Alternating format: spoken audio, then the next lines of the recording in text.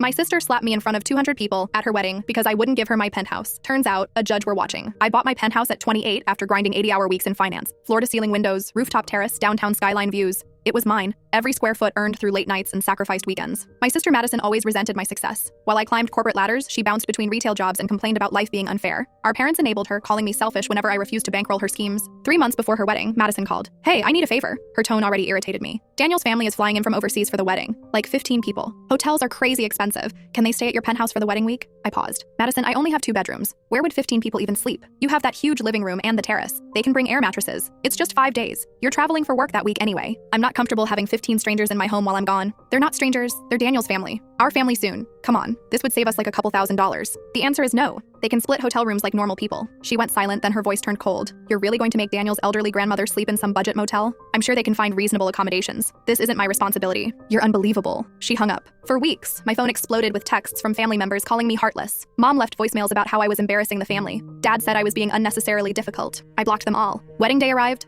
I debated skipping, but my grandmother begged me to come. "Please, sweetie. Don't let this divide the family." I showed up in a navy dress, sat in the back, planning to leave right after the ceremony. The reception was at some country club Madison definitely couldn't afford. Dad probably mortgaged the house. Dinner went fine until Madison stood up for toasts. Her smile was venomous. "I want to thank everyone for being here, especially those who truly care about family." She locked eyes with me. Unlike some people who couldn't be bothered to help when it mattered, whispers rippled through the crowd. I felt 200 pairs of eyes turn toward me. My sister owns a beautiful penthouse downtown that sits empty when she travels. Daniel's family flew across an ocean to be here. I asked if they could stay there for 5 days during the wedding, and she said no. Forced his grandmother to stay in a motel. My face burned. Daniel looked uncomfortable but said nothing. His grandmother was literally sitting at the head table looking perfectly fine. "Couldn't even help family," someone muttered nearby. I stood up slowly, grabbed my purse. I was done. Madison intercepted me at my table. "Where do you think you're going?" "Home, to my penthouse." Her face twisted with rage. "You selfish bitch. You ruined everything." Then she slapped me. Hard. The crack echoed through the silent ballroom. I stood there, stunned, cheeks stinging. The room erupted in shocked gasps. Before I could react, a man in his 60s stood up from a nearby table. Distinguished, wearing an expensive suit. "That's assault," he said calmly. I witnessed it clearly. Madison spun around.